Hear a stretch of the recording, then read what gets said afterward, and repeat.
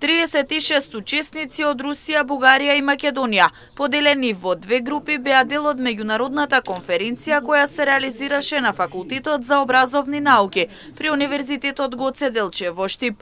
Поводот за реализација на првата меѓународна конференција е јубилејот 10 години постоење на Институтот за историја и археологија. Ова година на конференцијата, на првата меѓународна конференција, бидејќи институтот има организирани и други конференции кои што беа на рамки на национално ниво. Сега учесници имаме од Русија, од Бугарија, од Македонија и нивниот број е вкупно 36. Значи имаме презентации.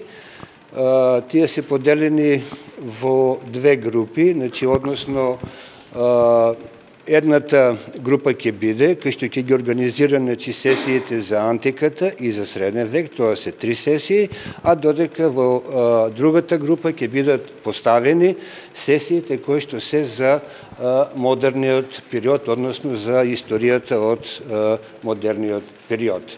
Институтот за историја и археологија во рамки на своето постоење одржа неколку проекти, како погребување под могили во општина Конче, палеолитски истражувања во Источна Македонија и многу други.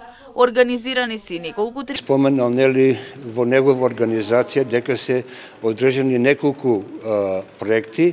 Тоа е погребување под могили во општина Конче, палеолитски истражувања во Источна Македонија, потоа имаме пајонски утврдувања и некрополи во долината на река Брегалница, североисточната граница на помеѓу Пајонија и Тракија, проект кој што се реализира на територијата на Република Бугарија, претечно во областите, односно во градовите кои што се поставени на река Струма, нели тамо каде што има и музеи.